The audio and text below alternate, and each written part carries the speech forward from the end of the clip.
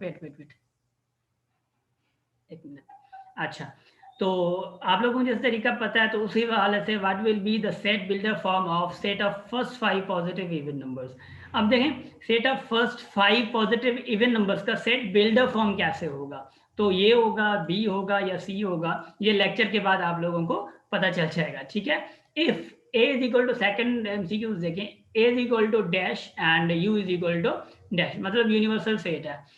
The A complement will be, A complement जो है अगर ए का मैं कॉम्प्लीमेंट करूं तो उनका आंसर क्या आएगा, तो ये आएगा या बी आएगा या सी आएगा या डी आएगा। ये आप लोगों ने इसके बाद लेक्चर के बाद समझना है, मतलब इसको सॉल्व करना है। नंबर 3 देखें, द कह रहा द सेट ओ ऑफ, ठीक है, वेट, द क्या कह रहा द सेट ओ, मतलब सेट का नाम ओ है, odd positive integer less than 10 can be, क्या कह रहा है, लेस देन 10, सॉरी मेरे मार्कर का मसला है, कैन बी एक्सप्रेस्ड बाय। अब इसका क्या आंसर होगा, ए होगा, बी होगा, सी होगा या डी होगा, वो आप लोगों ने डिसाइड करना है, मगर इस लेक्चर के बाद। Power set of empty set has exactly dash subsets. Empty set के पावर सेट जो होते हैं वो कितने होते हैं, मतलब सॉरी एग्जैक्टली कितने मतलब सबसेट्स होते हैं, वो आप लोगों ने बताना है। If two sets A and B are given, then the set consisting of all the elements which are either in set A or set B or in both is called what, ठीक है। और वो चीज आप लोगों ने बतानी है, उसको हम intersection of A and B कहते हैं या union of A and B कहते हैं, कॉम्प्लीमेंट ऑफ ए कहते हैं या कॉम्प्लीमेंट ऑफ बी कहते हैं। तो ये आप लोगों ने डिसाइड करना है, मगर इस लेक्चर के बाद पता चलेगा, ठीक। अच्छा, ये भी आप लोगों को पता होना चाहिए कि आप लोग जो है मतलब समझ जो लेक्चर सुनते हैं, उस लेक्चर को जब आप लोग सुनते हैं ना, सुनने के बाद आप लोगों ने एक डिटेल में खुद को जाना होता है, क्योंकि we are now enough, sorry grown ups enough. तो इस हवाले से ये भी है कि हमने खुद को मतलब ये क्या करना होता है कि कुछ ना कुछ हैबिचुअल बनाना होता है कि हम लोग जो है उस उस चीज के हैबिचुअल हो जाएं कि हम खुद से कुछ करें, ठीक है। तो देखें आज जो भी डिफाइन हम करेंगे, तो आप लोगों को एक असाइनमेंट याद दिलाइएगा, मुझे हो सकता है क्योंकि याद मैंने किया हुआ है, वैसे लास्ट में मैंने जो असाइनमेंट देनी है वो आप लोगों को इसमें इन्वॉल्वमेंट के लिए मैंने असाइनमेंट देनी है, ठीक है। जैसे आप लोगों को पता है कि लेक्चर नंबर 4 है, प्रिपरेटरी क्लास है, और टॉपिक्स फॉर टुडेज क्लास आज क्या क्या कवर करने जा रहे हैं वो टॉपिक्स देखिए वो, ठीक है, ओके। अच्छा, यहाँ पे अगर हम देखें कि टॉपिक्स कौन कौन से हैं, फर्स्ट टॉपिक हमारे पास है सेट डेफिनेशन, सेट की definition, notation of set and its objects, elements, descriptive set builder and tabular form of set, finite and infinite sets, empty, void, null and singleton sets, equal and equivalent sets, subset and superset होता है, और proper and improper subset, union of two sets, intersection of two sets, differences of two sets, ठीक। और let me scroll up, okay. Differences of two sets है, disjoint and overlapping of two sets है, two sets या ज्यादा भी हो सकता है, universal and complement of sets है। ये चीजें हम आज के लेक्चर में कंप्लीट करेंगे। आगे बढ़ने से पहले पहले लेट मी आस्क यू कि आप लोगों का सेट में जो है कितना कॉन्सेप्ट क्लियर है, वुड एनीबडी टेल मी। आप लोगों को पहले मतलब कि सेट कितनी हद तक क्लियर है, 6 क्लास तक आप लोग कर पाएंगे, ये फर्स्ट ऑफ ऑल ये जो टॉपिक है, ये जो आज हम पढ़ने वाले हैं, इन टॉपिक्स को आप कितना जानते हैं, जानते हैं आप लोग?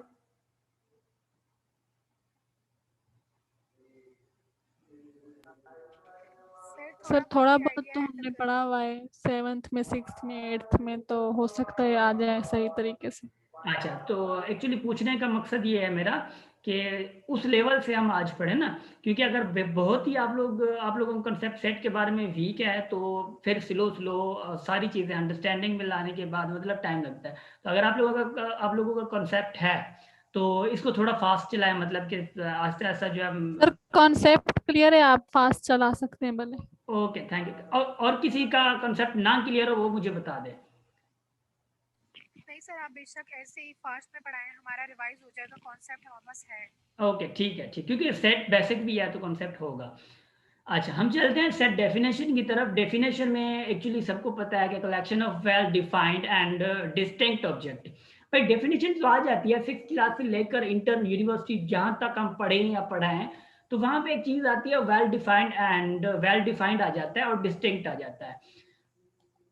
सेट की डेफिनेशन में ये दो चीजें ऐसी होती हैं जो कि सेट के बारे में हमें कॉन्सेप्ट देती हैं। आगे चल के अगर कोई एमसीक्यूज आ जाता है कि भाई ये सेट है या नहीं है, उसके बारे में हमें प्रॉब्लम करता है। ठीक है, तब प्रॉब्लम करता है जब हमें पता नहीं होता कि वेल डिफाइंड का मतलब क्या है और डिस्टिंक्ट का मतलब क्या है। ठीक, तो ये पहले चीज समझनी है। वेल डिफाइंड देखें, यहाँ पे मैंने इसको जो है ना इससे लिंक किया। वेल डिफाइंड का मतलब है हैविंग स्पेसिफिक प्रॉपर्टीज।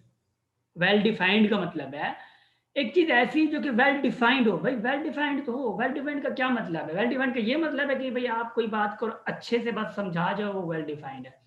ये मतलब नहीं है। यहाँ भी इसका मतलब है हैविंग स्पेसिफिक प्रॉपर्टीज। मैं एग्जांपल दूंगा आप लोगों को। और डिस्टिंक्ट जो है, डिस्टिंक्ट ऑब्जेक्ट का मतलब क्या है? डिस्टिंक्ट ऑब्जेक्ट का मतलब है डिफरेंट ऑब्जेक्ट्स। ठीक है, डिस्टिंक्ट का मतलब ये तो नहीं है कि खास या इस हिसाब से। तो यहाँ पे मैथमेटिक्स में, मैथमेटिक्स की लैंग्वेज में और सेट में डिस्टिंक्ट का मतलब है वो ऑब्जेक्ट्स, वो एलिमेंट्स, वो मेंबर्स जो कि डिफरेंट ऑब्जेक्ट्स पे मुश्तमिल हो ना यहाँ पे। ठीक, तो देखें, फॉर सपोज मैं कहता हूँ कि for suppose I am just writing here 1 and 2, क्या इसका मैं सेट तो बना सकता हूँ ना? इसका जब मैं सेट बना सकता हूँ, फर्स्ट इसको मैं ब्रैकेट में ओपन ऐसे करूँ, जब ब्रैकेट ना भी करूँ, just I am giving example 1, 2 is a set. Okay, it is a set. Okay, मैं एक चीज और लिखता हूँ।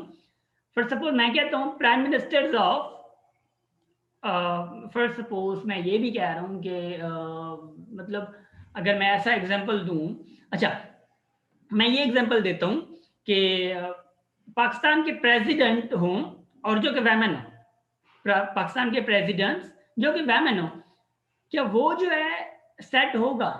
वो कभी सेट नहीं होगा, because it doesn't exist in this situation. कि पाकिस्तान, पहली बात तो ये है कि हमें पता है, क्योंकि दोनों चीजें होनी चाहिए। एक तो वेल डिफाइंड होना चाहिए, क्योंकि ये देखें 1, 2 जो वेल डिफाइंड है, वेल डिफाइंड भी है, मतलब स्पेसिफिक प्रॉपर्टीज इनकी चीजें हैं। क्योंकि 1 और 2 का एक अपनी मीनिंग दे रहा है, प्रॉपर्टीज दे रही है। उसके बाद डिस्टिंक्ट ऑब्जेक्ट की बात कर रहा है, मतलब डिफरेंट ऑब्जेक्ट्स की बात कर रहा है। वो ऑब्जेक्ट्स का होना जरूरी है, ऑब्जेक्ट्स का होना जरूरी है, क्योंकि 1, 2 एक डिफरेंट ऑब्जेक्ट्स हैं। मगर जो मैंने example the, the woman who is the president, who was the president of Pakistan, और या ये भी लगा सकते हैं who is the president of Pakistan. मगर हमारी हिस्ट्री में पाकिस्तान की कोई वुमन प्रेसिडेंट नहीं बनी है। जब प्रेसिडेंट नहीं बनी है, देखें वेल डिफाइंड तो है, प्रेसिडेंसी की जो है वो स्पेसिफिक प्रॉपर्टी तो है, चलो ठीक है, प्रॉपर्टी आ गई, मगर उसमें एक डिस्टिंक्शन जो है वो नहीं है, मतलब डिफरेंट ऑब्जेक्ट्स नहीं है। तो प्रेसिडेंट कोई है नहीं, ऑब्जेक्ट कोई है नहीं, that means that will be null set. Set, चलो नल सेट की अगर अलग बात करते हैं, जस्ट सिर्फ सेट का अगर करते हैं तो वो सेट नहीं बनेगा। ठीक है, एक नल सेट इसकी एक अलग आ जाती है, मगर सिर्फ सेट के कॉन्सेप्ट पे जाए तो ये सेट नहीं बनेगा, मतलब एग्जिस्ट नहीं करता, तो that will not be a set. ठीक, ओके, यहां तक समझ आ गया आप लोगों को सेट का कॉन्सेप्ट? Yes sir. ओके, ठीक है, थैंक यू। अब जो नेक्स्ट टॉपिक है हमारा, that is notation of sets and its objects और एलिमेंट्स। नोटेशन कैसी है? अच्छा, फर्स्ट ऑफ ऑल तो ये आप लोगों को पता होना चाहिए कि सेट को लिखा कैसे जाता है, सेट कैसे बयान किया जाता है। ठीक, उसके बारे में देखते हैं, क्योंकि किसी चीज को हमने जानना होता है तो पहले ये जानना होता है भाई इसकी एग्जिस्टेंस किस टाइप से है, वो किस तरह से शो किया जाता है, वो चीज देखते हैं। अच्छा, फर्स्ट ये है कि A B C D to Z are used to denote sets. A B C मतलब ये जो देखें ना, फर्स्ट ऑफ ऑल ये देखें कि ए बी सी कैसे लिखे, स्मॉल लेटर्स मतलब नहीं है, ये क्या है मतलब कि बड़ी ए बी सी भी, जिसको हम सिंधी में सिंपल कहते हैं बड़ी ए बी सी। ठीक, तो ए टू जेड तक हम सेट को डिनोट करते हैं। डिनोट का मतलब ये है कि सेट को नाम देते हैं, नाम देते हैं। फर्स्ट सपोज ए सेट है कोई, यहाँ पे देखें ए मैंने दिया ना, ये देखें नाम दिया है। अब ये पूरा मुश्तमिल करता है ए पे, मतलब इसका नाम दिया गया ए। अब ये जो ए है ना, ए बी सी, ये नाम दिया है, मतलब मैंने डिनोट किया है सेट को इस नाम से। और ये चीजें जो है हमेशा लार्ज एबीसी में आएगी, स्मॉल में कभी भी नहीं आएगी। ठीक, ये कॉन्सेप्ट समझना है। एलिमेंट और ऑब्जेक्ट्स और मेंबर्स, एलिमेंट, ऑब्जेक्ट और मेंबर एक चीज होते हैं, मगर बात यह है कि वो हैं कौन सी चीजें। ये जो बीच में आ रहे हैं ना, ये चीजें जो देख रहे हैं, 2 है, 3 है, 4 है, ए है, बी है, सी है, टू जेड, मैंने ये लिखा 3, 1, 2, 4, ये जो चीजें लिखी है मैंने एलिमेंट है। इसको हम क्या कहते हैं? एलिमेंट्स, ऑब्जेक्ट्स और मेंबर्स, ये चीजें हम क्या इनको कहते हैं। और दूसरी बात ये भी है sets are listed within brackets. हम ये जो ब्रैकेट्स दी गई है ना, हम ब्रैकेट्स में इनक्लोज करते हैं इनको। सेट्स को इनक्लोज किसमें करते हैं? ब्रैकेट्स में करते हैं। Set elements are separated by comma. अब यहाँ पे देखें एक चीज आप लोगों ने नोट करी होगी कि ये एलिमेंट्स हैं, ऑब्जेक्ट्स हैं, इनको हमने सेपरेट किया है इन कामास से। देखें ना, ये कामा दी गई है। अब यहाँ पे डॉट लिखे ना, 1.5 लिखेंगे फॉर सपोज 1.5.6 पॉइंट। अब कह रहे हैं कि 1.5 एक अलग नंबर है, ये जो कि डेसिमल नंबर पे चला जाता है, जो हमने पढ़ा था पीछे, ये एक नंबर है, मगर इनको सेपरेट हम 1 पॉइंट पे नहीं कर सकते। अगर हमने सेट पे लिखना है तो ये 1, 5, 6, 7, जो भी आगे आएगा एलिमेंट उसको हम कामा से सेपरेट करेंगे। ठीक है, ओके, ये भी आप लोगों को समझ आ चुका। क्योंकि यहाँ से देखें, यहाँ से जो हम कंसेप्ट पढ़े हुए हैं तो बेसिक, मगर इनमें से ऐसे ऐसे अच्छे खासे एमसीक्यूज आ जाते हैं कि जो कि घुमा के देते हैं, बेसिक में से घुमा के देते हैं, वो जो कि आप लोगों ने बाद में देखना होगा। एमसीक्यूज आप लोगों ने निकालने होंगे, जो कि assignment I am going to give you assignment after this class. ठीक है, अच्छा, सेट को लिखने के तरीके होते हैं कुछ ना कुछ, ठीक है, वो हम तरीके पढ़ते हैं। टेबुलर फॉर्म ऑफ सेट है, डिस्क्रिप्टिव फॉर्म है, सेट बिल्डर फॉर्म है। ये चीजें आप लोगों ने थोड़ा बहुत कंसेप्चुअल समझना है। यहाँ पे मैंने तीनों चीजें लिखी हैं, तीनों को दिया तो नाम ए ही है, इसको आप ए बी सी भी दे सकते हैं, बट मैंने एक नाम दिया है क्योंकि सेट एक ही है तो एक ही को डिफाइन कर रहा है। फर्स्ट देखें, ए जो है 1, 2, 3, 4, 5 अप टू 10 है, ये मैंने ऐसे लिखा है। मगर अगर इसी चीज को अगर मैं लिखता हूँ set of natural numbers up to 100, sorry यहाँ पे 100 है, सॉरी ये कितना है? 100 है, ठीक है, 100 अप टू 100, 1 से लेकर 100 तक है। उसी चीज को मैंने यहाँ पे लिखा है set of natural numbers up to 100। बात एक ही होगी है ना, 1 से लेकर ऊपर वाला जो है ए है, और जो है ए जो है ऊपर वाला वो क्या है, फर्स्ट 1 से 100 तक मैंने नंबर्स में लिखे हैं, एंड देन मैंने वर्ड्स में जस्ट इसको डिफाइन किया, सेट ऑफ नेचुरल नंबर है जो कि 100 तक है। ठीक है, फिर मैंने लिखा x such that, x such that, इस सिंबल को हम कहते हैं सच दैट। ये लास्ट में मैंने दिए हुए हैं, वो जो कि आप लोगों ने सिंबल को याद रखना होगा। एक्स इसको क्या कहते हैं? सच दैट कहते हैं। एक्स सच दैट एक्स जो बिलोंग कर रहा है वो कह रहे हैं नेचुरल नंबर से, एंड ये सिंबल जो एंड की है ये याद रखना है आप लोगों ने। X is equal to 100 and X जो है वो बराबर किसके है? 100 तक है। और एक्स बिलोंग किससे कर रहा है? नेचुरल नंबर से कर रहा है। जो नेचुरल नंबर कहाँ से स्टार्ट है? 1 से स्टार्ट होता है। जब 1 से स्टार्ट होता है और वो कह रहा है एक्स जो बराबर है वो 100 तक है, तो मतलब 1 से लेकर, ये देखें 1 से लेकर 100 तक है, तो बात तो एक ही होगी तीनों की ना। जब इन तीनों की बात एक हो गई है मगर इनके नाम अलग अलग दिए हुए हैं। अब देखें इस चीज को हम क्या कहते हैं? इस चीज को हम कहते हैं टेब्यूलर फॉर्म। ठीक है, टेब्यूलर फॉर्म जैसे ये एक्सप्रेस किया गया है, इस एक्सप्रेशन को हम कहते हैं, एक्सप्रेशन का मतलब है कि जिस तरह से ये बयान किया गया इसको क्या कहते हैं? Tabular form. ठीक है, tabular form of set. Okay, descriptive form, descriptive तो आपको पता है, डिस्क्रिप्टिव स्टोरी लिखना, डिस्क्रिप्टिव ऐसे लिखना, ये वो चीजें आप लोगों ने इंग्लिश में भी पढ़ी हुई हैं। उसका मतलब है, सिंपल बात है कि अपने अल्फाजों में बयान करो, तो अल्फाजों में बयान ये हमने किया है। तो set of natural numbers up to 100। ठीक है, और उसके बाद सेट बिल्डर फॉर्म। अब आपको पता चल गया भाई हैं 3 फॉर्म। डिस्क्रिप्टिव का मतलब है अल्फाजों में बस छा जाओ आप लोग, और दूसरी बात है कि टेबुलर फॉर्म जो है वो हमें जहन तसव्वुरी इस चीज का दे रहा है, तो बच्चा एक ही है जो कि ये चीज है। इसको हम कहते हैं सेट बिल्डर फॉर्म, जो कि यहाँ पे इसको हम कनेक्ट कर रहे हैं इससे। यहां तक समझ आ गया आप लोगों को?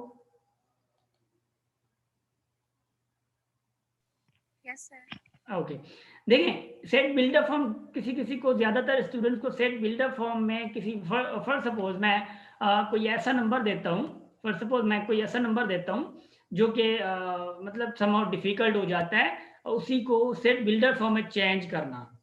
कुछ स्टूडेंट्स को सेट बिल्डर फॉर्म में चेंज करना मुश्किल हो जाता है, मगर वो कहाँ पे होता है? सब्जेक्टिव टाइप पे होता है। फॉर सपोज आपको कोई क्वेश्चन दिया जा रहा है और आपने लिखना है, आपने एमसीक्यूज में लिखने का तो काम नहीं होता, क्योंकि हम तैयारी कर रहे हैं उस टेस्ट की, ऐसे टेस्ट की जो कि जस्ट ऑब्जेक्टिव है, सब्जेक्टिव में आप लोगों से नहीं दिया जाएगा। तो आप लोगों को जस्ट कॉन्सेप्ट हो कि सेट बिल्डर फॉर्म कैसे लिखा जाता है, डिस्क्रिप्टिव फॉर्म कैसे होता है और टेबुलर फॉर्म कैसे होता है, ये चीजें हम जो है दूसरा जो कोर्स करवा रहे हैं आप लोगों को, मैंने पहले बताया था फर्स्ट ईयर और इंटर की मैथमेटिक्स हम चला रहे हैं, मतलब इंशाल्लाह इसी 25 ऑफ फेब से स्टार्ट हो जाएंगे क्लासेस, तो वो उन्हीं में या सारे हम जो है मतलब एक सब्जेक्टिव पार्ट चला रहे हैं, ऑब्जेक्टिव नहीं है।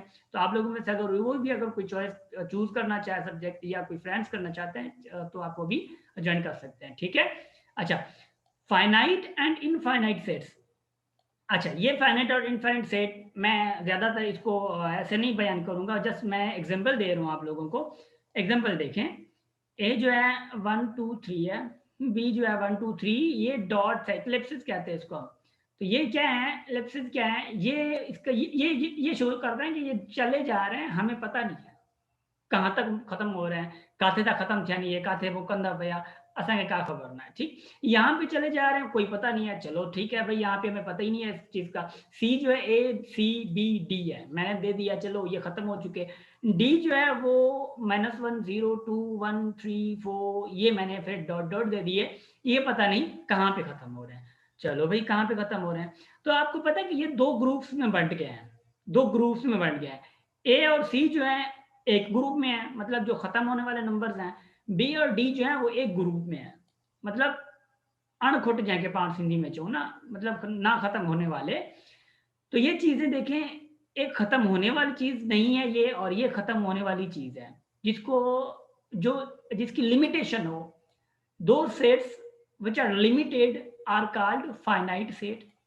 Those sets which are unlimited, which cannot be counted, is called infinite set. समझ आ गया यहां तक?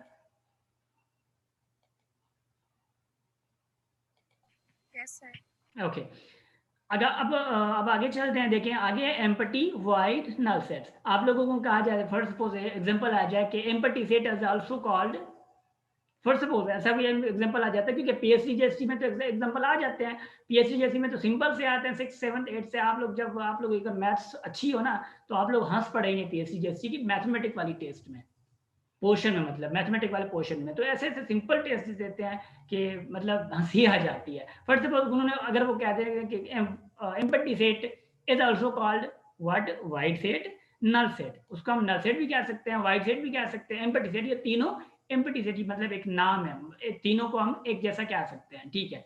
उसके बाद आज पढ़ेंगे हम सिंगलटन सेट भी, इसी में टॉपिक में। चलो यहाँ मैंने कुछ एग्जाम्पल दिए हैं।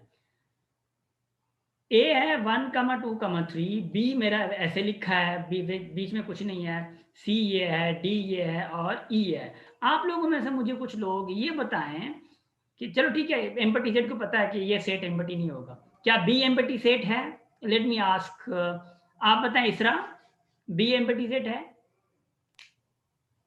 यस सर, इसमें कुछ भी नहीं है। ठीक है, नायाब? और सी भी मुझे लग रहा है। अच्छा, सी भी आपको लग रहा है, डी डी? जी नहीं, डी नहीं।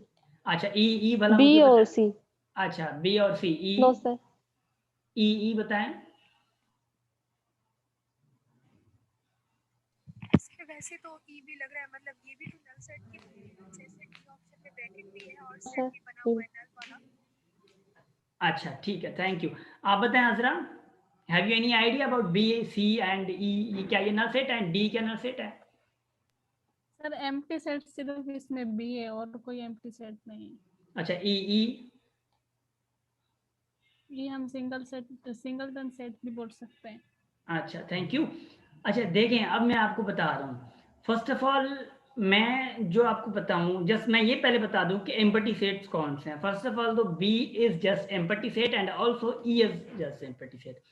देखें, इस सिंबल को हम कहते हैं फाइल, ठीक है, जो कि ब्रैकेट्स के अलावा आ रहा है। हमें पता भी है ना कि ब्रैकेट्स जो है वो सेट को शो करती हैं, हम सेट को ब्रैकेट्स में लिख सकते हैं, मगर फाई मतलब एफ वाई, ठीक है, एफ वाई को हम फाई कहते हैं, जो कि इसको हम ऐसे एक्सप्रेस करते हैं। ऐसे एक्सप्रेस करने को हम कहते हैं एम्पटी सेट, ठीक है, एम्पटी सेट। और ये ब्रैकेट, हमें पता है कि ब्रैकेट्स, सेट को हम ब्रैकेट ऐसे शो करते हैं। अगर सेट में कुछ नहीं है तो मतलब एम्पटी सेट है, ठीक है भाई, खाली हो गया। अब बात ये भी है भाई कि सी को मैंने यहाँ पे ऐसे लिख दिया है, और ये भी फाइव है, फाइव मतलब एम्पटी सेट है, उसको भी मैंने ब्रैकेट में लगा दिया है। तो भाई क्या ये एम्पटी सेट होंगे? याद रखें, एम्पटी सेट में, सॉरी ब्रैकेट में कोई भी नंबर आ जाता है, भले 0 आ जाए, भले एम्पटी सेट 5 आ जाए, फाइव भले आ जाए, कुछ भी आ जाए, अगर ब्रैकेट में आ रहा है तो वो सेट है। अगर ब्रैकेट में आ रहा है तो मतलब वो सेट है और एम्प्टी सेट नहीं है, वाइड सेट नहीं है, नल सेट नहीं है, ये याद रख लेना। जीरो अगर यहाँ पे आया तो जीरो कुछ ना कुछ तो सेंस दे रहा है ना भाई, कुछ ना कुछ तो सेंस दे रहा है ना कि जीरो हूं मैं अंदर। अब जीरो का किसी कोई भी मैं नाम ले सकता हूँ। फॉर सपोज मैं कह रहा हूँ कि जीरो को मैं इमेजिन कर सकता हूँ कि भाई जीरो, हम स्केलिंग करते हैं ना, फॉर सपोज जीरो को मैं कोई भी नाम दे देता हूँ। फॉर सपोज कि मैं कहता हूँ कि जीरो को मैं नाम देता हूँ प्रेसिडेंट्स का, यहाँ पे फाइव को मैं नाम देता हूँ प्राइम मिनिस्टर्स का। मैं नाम भी तो दे सकता हूँ ना, ये जीरो ओ भी तो हो सकता है फॉर सपोज। तो ये यहाँ पे चीजें जो भी ब्रैकेट में अगर आई तो पहली बात तो वो सेट का कॉन्सेप्ट देंगी। जीरो और फाइव जो है वो सेट का कॉन्सेप्ट है। उसके बाद हम ये देखेंगे क्या वो डिफाइंड है या अनडिफाइंड है, ठीक है, या वो डिस्टिंक्ट है या नहीं है, तो वो उसके बाद। तो यहाँ पे जीरो जो है वो डिफाइंड भी है और डिस्टिंक्ट भी है, प्रॉपर्टी इसकी है ना। और उसकी बात ये भी है कि फाइव जो है वो फाइव डिफाइंड भी है और डिस्टिंक्ट भी है। क्यों? Five is giving concept of empty set. तो एम्प्टी सेट बीच में आ गया इसके, तो कॉन्सेप्ट तो दे रहे हैं ना, इसको प्रॉपर्टी तो अपनी है ना, एम्प्टी सेट की प्रॉपर्टी है ना अपनी। तो एम्प्टी सेट की अगर प्रॉपर्टी है तो इसका मतलब ब्रैकेट्स में फंस गया है तो वो सेट है, ठीक है। फाइव अगर इसमें फंस गया तो वो क्या है, सेट होगा, ठीक है। यहां तक समझ आ गया आप लोगों को? Yes sir. ओके, अब एक और चीज आप लोगों को समझना। अच्छा 10 मिनट पढ़े हैं आप लोगों ने, फिर से लिंक को ओपन करके आप लोगों ने ज्वाइन कर लेना, याद रखना है। अच्छा एक और चीज है सिंगलटन सेट के बारे में। सिंगलटन सेट का मतलब है the set having only one element, having only one member, ठीक है। अब देखें इस ब्रैकेट में एक मेंबर है, ये क्या कहलाएगा, सिंगलटन सेट कहलाएगा, कहलाएगा ना सिंगलटन सेट। Yes sir. जी, और बी में जीरो है, क्या ये सिंगलटन सेट होगा? क्या ये सी सिंगलटन सेट होगा? यस सर, बी होगा क्योंकि कुछ तो है ना ब्रैकेट के अंदर। जी, बी भी होगा और सी भी होगा, क्योंकि उसमें एक एक मेंबर जी। गिवन है। जब एक एक मेंबर गिवन है तो इसका मतलब है वो क्या है, वो सिंगलटन सेट है। फर्स्ट सपोज मैं जीरो कामा, मिसाल के तौर पर मैं जीरो कामा यहाँ पे मैं दे दूं फाइव, जीरो कामा मैं फाइव दे देता हूँ और ये मैंने ब्रैकेट दे दी, तो क्या अब ये सिंगलटन सेट होगा या सेट होगा या सेट होगा ही नहीं, या नल सेट होगा? यस सर, होगा सेट। ओके, बी होगा सर, ठीक है। अजरा मैं एक्चुअली अजरा दरअसल यह है कि आप लोग वॉइस पे बात किया करें तो I think that would be better, क्योंकि मैसेजेस लेक्चर के बीच में मैसेजेस जो पढ़ना होता है समहाउ डिफिकल्ट हो जाता है क्योंकि डिस्टर्बेंस भी हो जाती है, तो it would be better to speak up, ठीक है। अच्छा, तो आप लोगों को ये पता होना चाहिए कि अगर 0,5 भी बीच में आ जाते हैं, ठीक है, 0,5 बीच में आ जाते हैं वो सेट होगा, मगर सिंगलटन सेट भी नहीं होगा और वाइड सेट भी नहीं होगा। क्यों नहीं होगा भाई? इसमें ये दो एलिमेंट माने जाएंगे। जब दो एलिमेंट हो तो वो सिंगलटन की जो एक रिक्वायरमेंट है सिंगलटन सेट की वो पूरी नहीं हुई, और वाइड सेट का तो मतलब ही यही है कि बीच में हो कुछ नहीं। तो यहाँ पे दो दो चीजें खड़ी है, इसका मतलब ये है कि ना ही ये वाइड और नल सेट है और ना ही ये क्या है, सिंगलटन सेट है, ठीक है। यहाँ तक समझ आ गया आप लोगों को? Yes sir. Okay, thank you yes so sir. Much, thank you so much for your response. अब हम पढ़ रहे हैं equal and equivalent set. Equal and equivalent set, यहाँ पे भी आप लोगों का अच्छे खासा एक एमसीक्यू कर सकते हैं बहुत बेहतरीन तरीके से। देखें फर्स्ट ऑफ ऑल मैं लिख रहा हूँ, यहाँ पे लिखा है मैंने, ए को लिखा है 1,2,3 ए सेट है, बी सेट जो है वो 1,2,3 है, सी जो है वो ए, बी, सी है, और डी जो है वो एक्स, वाई, जेड है। अच्छा चीज समझें, ए में, बी में, सी में, डी में डिफरेंस क्या है? What is difference between them? देखें 1,2,3 इसी में भी है, 1,2,3 इसी में भी है, और यहाँ पे एक बी सी है और यहाँ पे एक्स वाई जेड है। चलो भाई डिफरेंस देखते हैं। ए और बी में तो कोई डिफरेंस है ही नहीं, ए और बी में कोई डिफरेंस है ही नहीं। जब कोई डिफरेंस ना हो, मतलब डिफरेंस का मतलब है कि एलिमेंट जो है ये ए 1 इधर भी है, 2 इधर भी है, 3 जो है वो इधर भी है। जब सेम एलिमेंट हो, एक जैसी प्रॉपर्टी हो उनकी, डिस्टिंक्ट ऑब्जेक्ट हो, वेल डिफाइंड हो, एक जैसे हो बिल्कुल, ठीक है, सेम हो, ना उसमें ज्यादा हो, ना उसमें कम हो, ना उसमें ज्यादा हो, ये चीजें ना हो अगर इन दोनों सेट्स में, तो हम उनको कहते हैं इक्वल सेट। क्या कहते हैं? Equal set. ठीक, उनको क्या कहते हैं? इक्वल सेट कहते हैं। अगर यहाँ पे देखें सी में क्या है? ए कमा बी कमा सी है, डी में क्या है? एक्स कमा वाई कमा जेड है। अब देखें ये डिफरेंट हैं मगर हैं कितने सेट, सॉरी एलिमेंट कितने हैं? इसरा आप बताएं एलिमेंट कितने हैं इसमें? सी में कितने हैं? मैं पूछता रहूंगा आप लोगों से। सर 3 है। और डी में कितने हैं? डी में भी 3 है। ठीक है, डी में भी 3 है। 3 है। जी। देखें इक्वल सेट के लिए अभी माइक जो ऑफ करें। इक्वल सेट के लिए क्या हमारे पास शर्त थी कि सेम नंबर ऑफ एलिमेंट हो या सेम एलिमेंट हो। सेम एलिमेंट जब होंगे तो हमारा वो बनेगा इक्वल सेट। जब सेम नंबर ऑफ एलिमेंट हो, नंबर ऑफ एलिमेंट यहाँ पे कितने हैं? 3 है। यहाँ पे नंबर ऑफ एलिमेंट कितने हैं? 3 है। जब ये नंबर ऑफ एलिमेंट सेम हो जाते हैं ना तो वो हो जाता है इक्वल सेट। वो क्या हो जाता है? इक्वल सेट हो जाते हैं दो वो। ठीक है, ए और सी और डी क्या होंगे? इक्विवेलेंट सेट हो जाते हैं। क्या इक्विवेलेंट सेट होते हैं? इक्विवेलेंट सेट की क्या शर्त है? जब नंबर ऑफ एलिमेंट सेम हो। और इक्वल सेट के लिए क्या है? एलिमेंट सेम हो। इक्विवेलेंट के लिए number of element set same हो, और इक्वल सेट के लिए क्या है? एलिमेंट खुद सेम हो।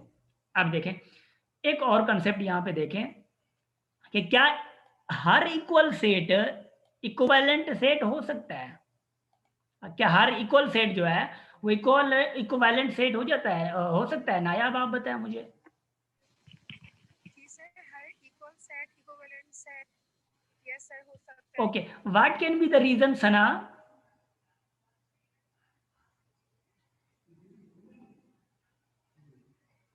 सना यहाँ पे रीजन क्या हो सकता है? अगर इक्विवेलेंट, अगर हर इक्वल सेट जो है वो इक्विवेलेंट हो सकता है, वो क्यों हो सकता है? क्या चीज है, क्या खासियत है? Sir number of elements. Number of element जो है वो बराबर है। देखें ए बी ए में जो है माइक ऑफ कर दें, माइक ऑफ कर दें। अच्छा देखें ए में 1 2 3 है, बी में 1 2 3 है। देखें यहाँ पे नंबर ऑफ एलिमेंट तो सेम है ना, ये भी इसमें भी एलिमेंट 3 है, इसमें भी एलिमेंट 3 है। तो इक्विवेलेंट सेट की तो यहाँ पे कंडीशन पूरी हो चुकी है। मगर एक बात याद रख लें, इक्वल हर इक्वल सेट इक्विवेलेंट तो हो सकता है, मगर हर इक्विवेलेंट सेट जो है ना वो हमेशा इक्वल सेट नहीं हो सकता है। ऐसे अच्छे अच्छे एमसीक्यूज निकल सकते हैं मगर आप लोगों ने ढूंढने हैं। अच्छा यहाँ पे मैंने रखा A is equal to B. Equal set को हम ऐसे लिखते हैं, ये सिंबल इक्वल की है। चलो ठीक है भाई, ए इज इक्वल टू बी। ठीक है, ए जो है वो बी के इक्विवेलेंट भी है। इक्विवेलेंट की सिंबल ये होती है, ये याद रख ले, ऐसे होती है कुछ। ठीक है, इक्विवेलेंट की, इक्विवेलेंट को हम ऐसे शो करते हैं। तो ए जो है वो बी के इक्विवेलेंट भी है, और बी जो है वो सी के इक्विवेलेंट भी है, और बी जो है डी के भी इक्विवेलेंट है, क्योंकि नंबर ऑफ एलिमेंट सारों के सेम है। और सी जो है वो डी के भी इक्विवेलेंट है, ए जो है वो सी के इक्विवेलेंट है, ए जो है वो डी के भी इक्विवेलेंट है। तो ये चीजें आप लोगों ने देखनी है, कौन सा सेट जो है किसके इक्विवेलेंट है, किसके इक्वल है। ठीक, ओके। अभी हम पढ़ रहे हैं subsets and supersets. What is subset and superset भाई? चलो अच्छा, एक कॉन्सेप्ट हमारे पास समहाउ कुछ लोगों के साथ मतलब ये प्रॉब्लम होती है। सबसेट क्या होता है? सबसेट हम कहते हैं, ज्यादातर लोग जो है वो कहते हैं कि भाई एक सबसेट है जो कि दूसरे सबसेट से अगर छोटा है, ये कॉन्सेप्ट है। अगर छोटा है तो वो सबसेट है, जो छोटा है वो सबसेट है। चलो भाई हम मान रहे हैं जो छोटा होता है वो सबसेट होता है, मगर बात ये भी है कि सबसेट की डेफिनेशन यही नहीं है। सबसेट की डेफिनेशन नहीं है, मगर हर छोटा सेट जो है वो सबसेट तो होता है, मगर सबसेट की डेफिनेशन ये नहीं है। मैं बताता हूँ कैसे नहीं है। देखिए ए इज इक्वल टू ये है सब सेट, ये है। बी जो सबसेट है, सॉरी सेट ये है। सी सेट 1 2 3 4 है। डी सेट 4 3 2 1 है। मैंने इसकी सिर्फ क्या किया है, प्लेसेस चेंज किए हैं। प्लेसेस चेंज करने पे कोई मसला नहीं है। 4 मैंने पहले दिया, 1 यहाँ पे लास्ट में दिया। ये देने का मकसद ये है कि आप लोगों को ये भी पता चल जाए कि प्लेसेस जो है वो भले अलग अलग पे हो, मसला कोई नहीं है। अरेंजमेंट इनकी कोई मसला नहीं है। 1 यहाँ पे रखा है, 4 यहाँ पे रखा है, 3 यहाँ पे रखा है, 2 यहाँ पे रखा है, कोई मसला नहीं है कहाँ पे भी हो। मगर ये याद रखना है आप लोगों को कि रिपीटेड ना हो। जैसे कि 1 का मान 2 का मान मैं दे रहा हूँ सेट में, ये फिर मैंने 1 दिया यहाँ पे, तो ये सेट नहीं होगा। ये याद रखनी है आप लोगों को। क्यों? क्योंकि यहाँ पे रिपीटेड है। पढ़ा था ना, वेल डिफाइंड भी हो और दूसरी बात डिस्टिंक्ट ऑब्जेक्ट भी हो। डिस्टिंक्ट ऑब्जेक्ट, डिफरेंट ऑब्जेक्ट्स कहा था ना, तो ये 1 और 1 आ गया, डिफरेंट नहीं हुए। इसका मतलब ये होगा कि रिपीटेड ऑब्जेक्ट जिसमें भी आएंगे वो सेट नहीं कहलाएंगे।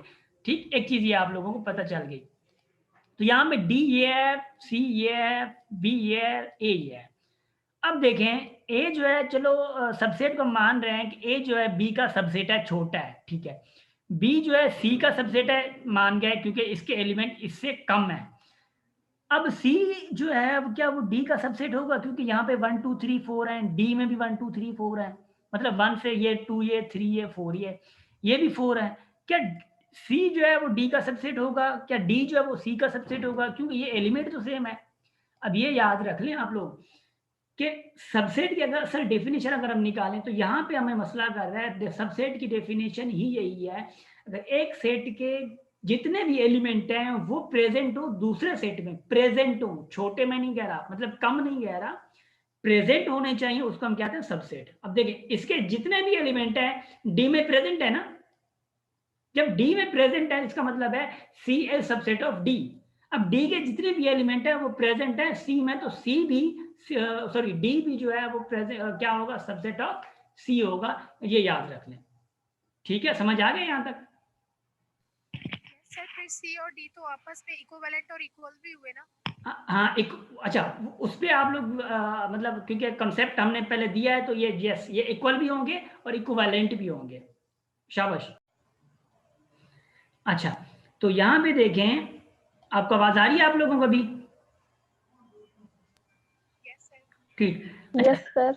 अच्छा, सबसेट आप लोगों को पता चल गया कि ना सबसेट क्या होता है। सबसेट की डेफिनेशन भी हमने बहुत अच्छे से और बहुत प्यार से पढ़ी है, और उसके बाद जो है हम देखेंगे सुपर सेट्स को, सुपर सेट्स क्या होते हैं, उसके बाद सिंबल क्या है वो भी जानते हैं। देखें A subset of B, mics off रखते हैं, ए सबसेट ऑफ बी, क्योंकि सबसेट बी का ये पढ़ लिया हमने, पर लिखा कैसे जाएगा, असल तो बात ये है ए इज, क्योंकि सबसेट क्या है, ए है, तो आप ए को पहले लिखेंगे, उसकी सिंबल जो है ना वो ऐसे है कुछ, ए इज सबसेट ऑफ बी, ऐसे लिख देंगे, क्योंकि ए बी का सबसेट है। मगर यहाँ पे जो है ए जो है, ए ऑटोमेटिकली सी का भी सबसेट है, क्योंकि ए जब बी का सबसेट है और बी खुद सी का सबसेट है, इसका मतलब है A will be the subset of C. ऐसे ऐसे एमसीक्यूज भी निकल सकते हैं आप लोगों के पता, अगर ए बी का, फर्स्ट सपोज आप लोगों को सिर्फ ऐसे कहा जाए, एलिमेंट्स भी ना दिए जाए, आप लोगों को कहा जाए कि भाई ए जो है वो बी का सबसेट है, बी जो है सी का सबसेट है, और सी जो है वो डी का सबसेट है, ठीक है, तो what will be A of D, मतलब ए जो है वो डी का क्या होगा, ऑब्वियसली बात है सबसेट ही होगा। आपने मतलब कि प्रॉपर सबसेट भी नहीं लगाना है, क्योंकि हो सकता है सारों के एलिमेंट सेम हो, ठीक है ना, उस हवाले से ए जो है वो सबसेट किसका होगा, डी का होगा। ऐसे ऐसे एमसीक्यूज निकल सकते हैं। ए सी का डी का सबसेट है, बी जो सी का सबसेट है, क्योंकि बी में एलिमेंट और सी में बी के एलिमेंट सी में हैं, तो बी का जो बी ऐसे और डी का सबसेट है, सी जो है ऐसे, ठीक। ये सबसेट की सारी मैंने लिख दी है, वो आप लोग देख लीजिएगा, ज्यादा मैं ना पढ़ूं तो बेहतर है। अच्छा, सुपर सेट की बात क्या है?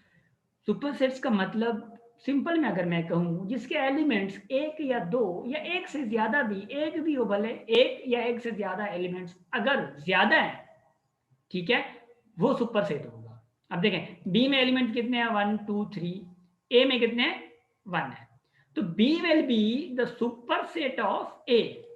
तो इसका लिखने का तरीका क्या है, जस्ट आप सबसेट को उल्टा कर देंगे ना, वो उसकी सिंबल बन जाएगी इसकी सुपर सेट की। ये देखें सुपर सेट ऐसे इसको मेंशन किया जाता है, ऐसे इसको लिखा जाता है, ठीक है, उसको राइट किया जाता है, उसकी सिंबल जिसको हम सिंबल में कहते हैं उसकी सुपर सेट की ये सिंबल होती है। तो बी जो है छोटा है ए से, तो B is super set of, sorry B जो है वो बड़ा है, बी में एलिमेंट्स ज्यादा हैं एज कम्पेयर टू ए के, तो बी जो है वो ए का सुपर सेट होगा। जैसे कि सी में ज्यादा है बी से, तो C will be the super set of B, और डी जो है सुपर सेट किसका होगा, फिर बी का होगा, क्योंकि जब बी जो है वो सी का सुपर सेट है, और C and D are equal set, C and D क्या है, इक्वल सेट है, और बी जो है वो प्रॉपर सबसेट सी का है, मतलब सी जो है सुपर सेट अगर बी का, और सी और डी इक्वल है, तो D also will be the super set of B, हम पता है हमें। और अगर बी जो है सी जो है वो सुपर सेट है बी का, तो C will be super set of A, क्योंकि बी जो है सुपर सेट किसका है, ए का है, तो ऑब्वियसली बात है तो ये चीजें आप लोगों ने देखनी है, इस पे आप लोगों ने ध्यान लगाना है, मतलब क्रिएटिव थिंकिंग करनी है आप लोगों ने, बी क्रिएटिव अबाउट मैथमेटिक्स। इनमें से कैसे कैसे एमसीक्यूज आ सकते हैं आप लोगों ने देखना है। ये चीजें मैं खफा नहीं करता, आप लोगों ने देखें कितने पेजेस ये मेरे हाथ से लिखे हुए हैं, कितना टाइम लगा हो, कितना मैं जैसे टाइम पास करता ना भाई, सुपर सेट ये होता है, सबसेट ये होता है, प्रॉपर सबसेट ये होता है, बस चीजें बता के मैं भाग जाता, आपको क्लोज नहीं बताता, तो इसमें मेरा फायदा था, टाइमिंग का भी मेरा फायदा था, मुझे बर्डन नहीं होता, बस मतलब गुजारा करके ऐसे करा जाता। क्योंकि मेरी एक्चुअली मैं एजुकेशन डिपार्टमेंट में हूँ, तो मुझे हमेशा यही होता है कि मैं जितना अच्छे से डिफाइन कर सकूँ वो उसी में भलाई मेरी भी है और आप लोगों की भी भलाई है। अब ये चीजें आप लोगों ने देखनी है कि ये चीजें फर्स्ट सपोज मैंने आपको बताया कि अगर बी सुपर सेट इसका है, सी और इसका सुपर सेट है, और सी और डी इक्वल है, तो डी इसका भी सुपर सेट होगा, इसका भी सुपर सेट होगा। ये आप लोगों ने क्रिएटिव थिंकिंग करनी है। अच्छा, यहाँ पे चीज मैंने ये एक लिखी है statement, every set is subset of itself. आप लोग जो है इससे मतलब अग्री है नहीं है, क्या हर सेट जो है वो एक खुद का सबसेट है? जी यस सर, होगा ना। सबसेट है ना, क्योंकि ऊपर हमने पढ़ा है सबसेट में, क्या पढ़ा है सबसेट में, हम ये पढ़ा है कि देखें, ये आपने जैसे कहा कि सी जो है वो सबसेट है इसका, ठीक है ना, मतलब डी का इक्वल सेट भी तो है, इक्विवेलेंट भी है, बट सी जो है वो सबसेट डी का होगा, डी जो है वो सी का सबसेट होगा। क्यों? सबसेट की हमने निशानी सिंबल पढ़ी है। अगर मैं सी डी को सी भी कह दूं ना, कोई भी मसला नहीं है। अगर मैं सी को डी कहता हूँ और डी को मैं सी कह देता हूँ, नो इशू, क्योंकि they are equal set. Equal set को मैं कोई भी नाम देता हूँ, ये दोनों को मैं एक ही नाम दे देता हूँ, सपोज करता हूँ, तो मेरे लिए मसला नहीं है।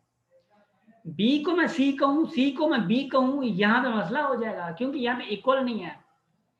तो जब ए फर्स्ट सपोज मिसाल के तौर पे 1 2 3 है और ए, फिर मैं दूसरा भी ए 1 2 3 है, इसी का मैं इमेज बना देता हूँ। इमेज कैसे बनता है? ए का मैं अगर मिरर बनाऊं, तो ए का मिरर तो वही है ना, तो लौट के मेरे पास वही आ गया।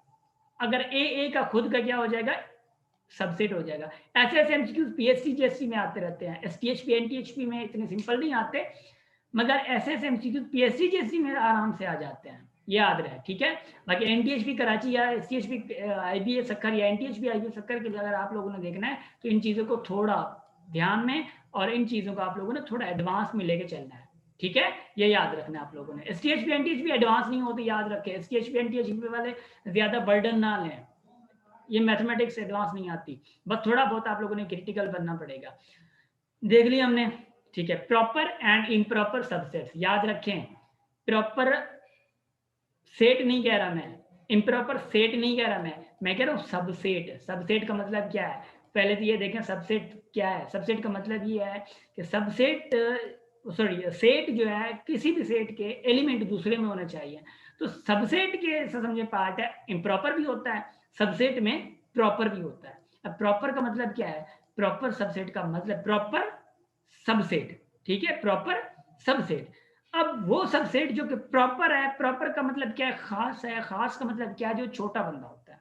मैं क्या कहता हूं यार, मेरा खास आदमी वो है, खास आदमी वो है, मतलब आदमी का मतलब क्या हुआ? वो मुझसे वैल्यू कम रखता है। अब वैल्यू कम रखता है तो वो मेरे लिए खास है। जो मैं ऑर्डर देता हूँ वो मेरे लिए मानता है। मुझसे कोई बड़ा ऑर्डर मेरा मानेगा? मैं जैसे ही ऑर्डर दूँ, ये करो वो करो, नहीं मानेगा। जो मेरे से छोटा है, जो मेरे अंडर में है, वो क्या होता है? प्रॉपर बंदा होता है मेरे लिए, जिसको मैं जो भी ऑर्डर दे सकता हूँ वो मानेगा। तो प्रॉपर सबसेट का मतलब होता है जिसके एलिमेंट कम हो, एक या दो कम हो, उसको हम क्या कहते हैं? प्रॉपर सबसेट कहते हैं।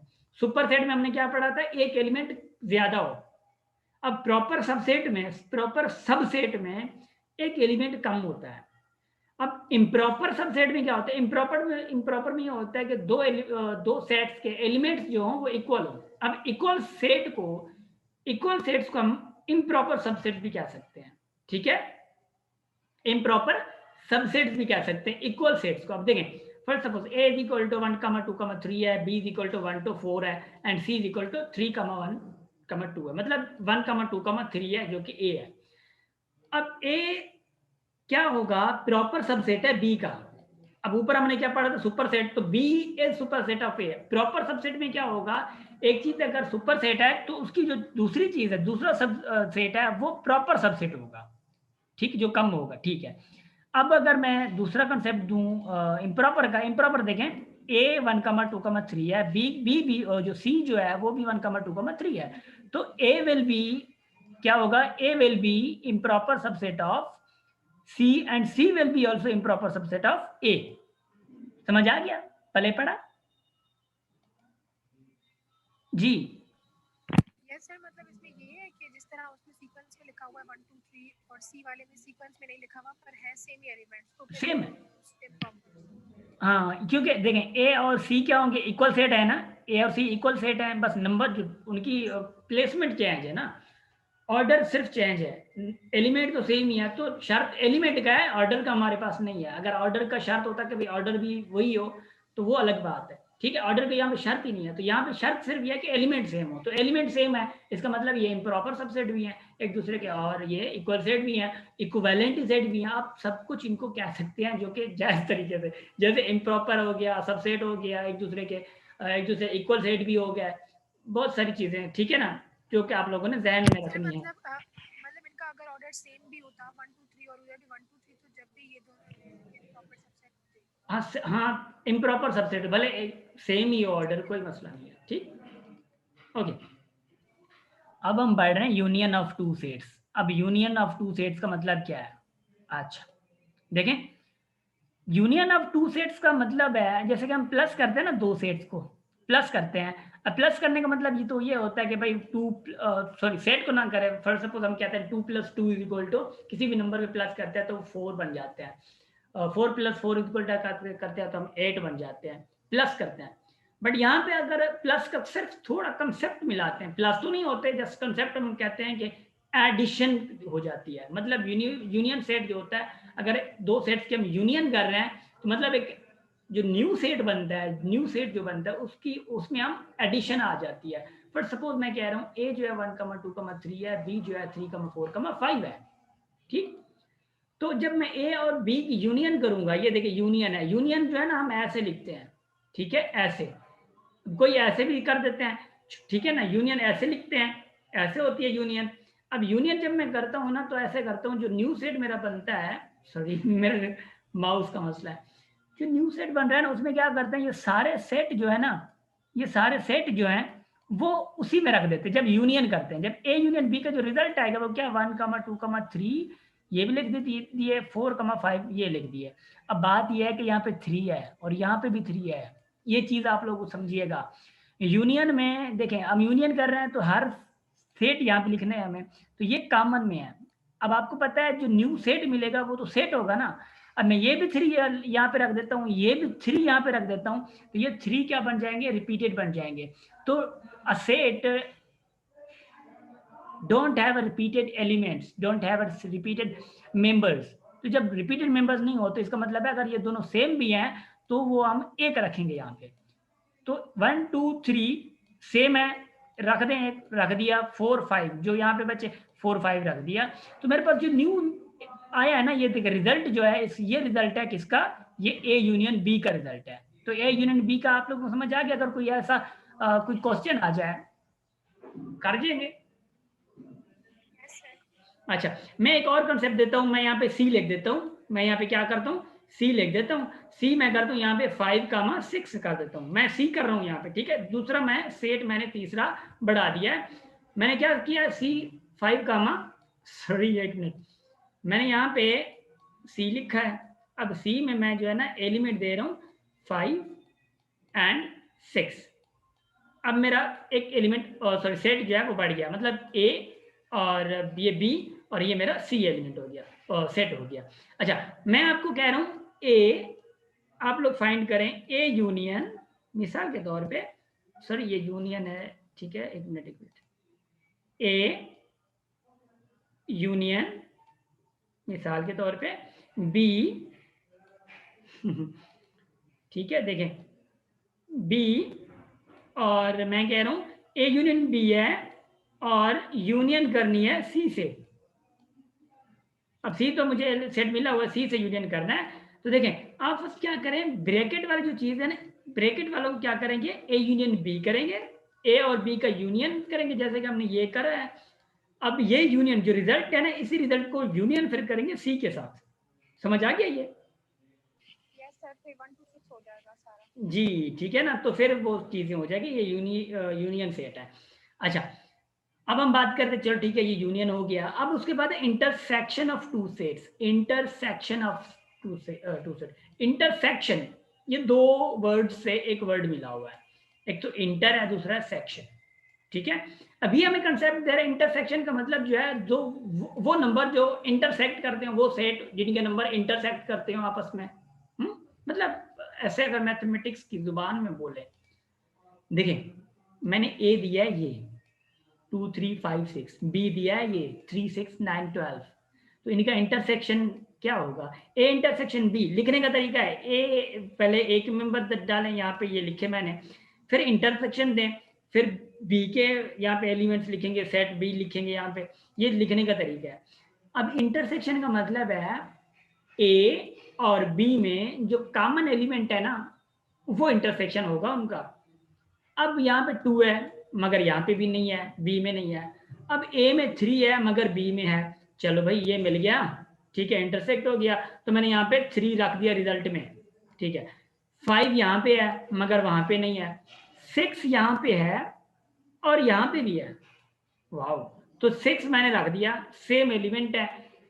अब ए में खत्म हो गया, बस जान छोड़ दे। अगर ए में खत्म हो गया ना तो बी का जान छोड़ दे, भले बी में रह गया या 9 और 12 रह गए, छोड़ दें, क्योंकि कॉमन दूसरी चीज है नहीं जो कॉमन हम देखें। जो नंबर, जो एलिमेंट्स, जो डिजिट जो कॉमन हो ना, उनको हम कहते हैं इंटरसेक्शन, मतलब इंटरसेक्ट करना। तो कॉमन कौन से, 3 और 6 जो है वो 3 और 6 जो है कॉमन है, तो मेरा रिजल्ट क्या निकलेगा, 3,6 निकलेगा। आगे समझ यहाँ पे, ओके आगे बढ़ते हैं। आगे डिफरेंसेस ऑफ टू सेट्स, देखें इंटरसेक्शन भी हो गया, डिफरेंस भी हो गया, और सॉरी यूनियन भी हो गया। अब डिफरेंसेस पे चलते हैं। डिफरेंसेस का मतलब क्या है आज? डिफरेंसेस का मतलब है, सिंबल आती है कट वाली, ये कट जो ना सब्ट्रैक्शन वाली सिंबल, जो सब्ट्रैक्शन वाली सिंबल है वो यहाँ पे सब्ट्रैक्शन वाली सिंबल आती है, डिफरेंसेस है। अच्छा देखें, ए मैंने दिया है 1, 2, 3, 5, सॉरी 3 4 5, बी दिया है 1, 3। तो ए डिफरेंस बी क्या होगा, पहले मैंने ए लिखे, डिफरेंस ये सब कट दिया मैंने इसको, ठीक है, मतलब सब्ट्रैक्ट किया, और सी बी मैंने यहाँ पे रख दिया। तो डिफरेंस का मतलब है ये कट करो, ए देखें ए और बी में जो कॉमन है ना उनको आप कट कर दो। अब इंटरसेक्शन में था कॉमन हम रख रहे थे, जो कॉमन चीजें थी वो हम रख रहे थे रिजल्ट में, मगर ए डिफरेंस बी में वो हम नहीं रख रहे हैं, उनको हम कट कर रहे हैं। भाई बस आप लोग जो कॉमन हो ना आप लोग जाओ, हम अकेले सही है। तो ये दो जो चीजें बच गई हैं, देखें यहाँ पे बच गया ना 2, ये मैंने रख दिया। अब इनको मैंने कट कर दिया, बात खत्म, बस छोड़ दो उनको।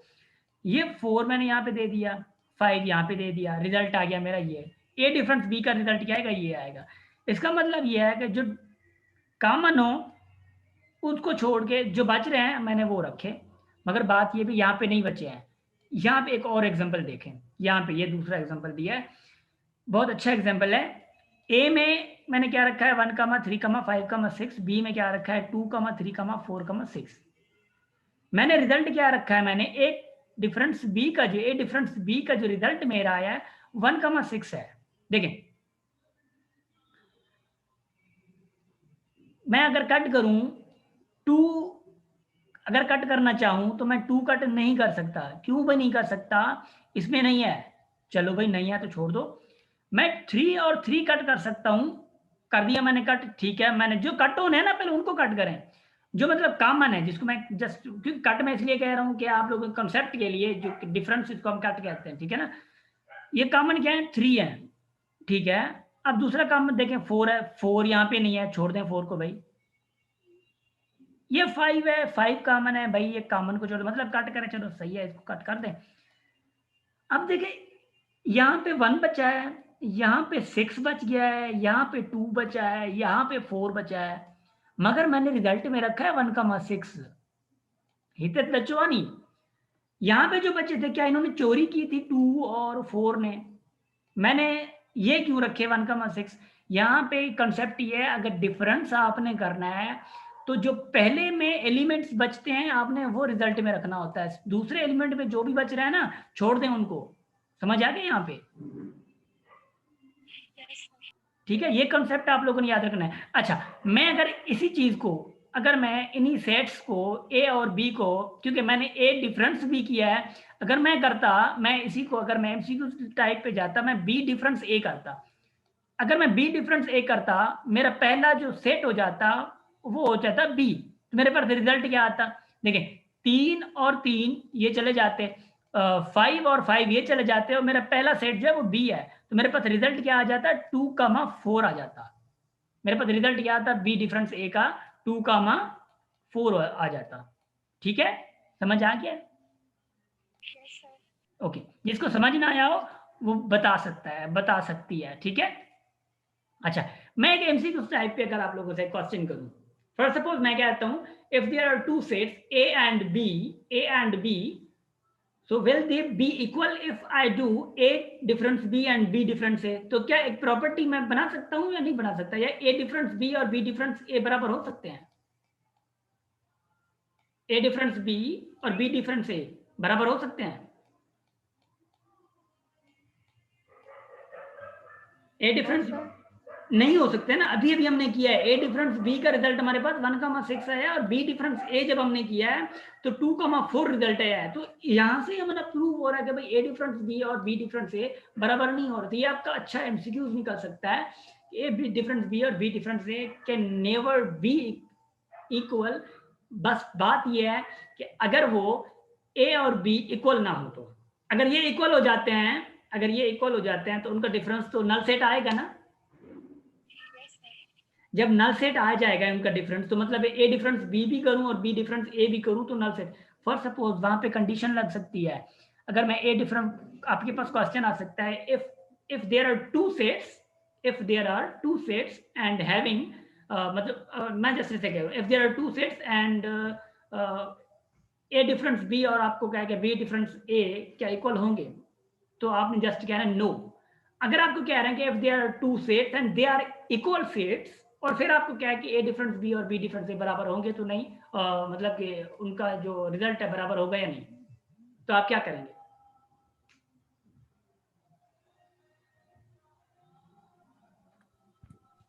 सर रिपीट करें प्लीज।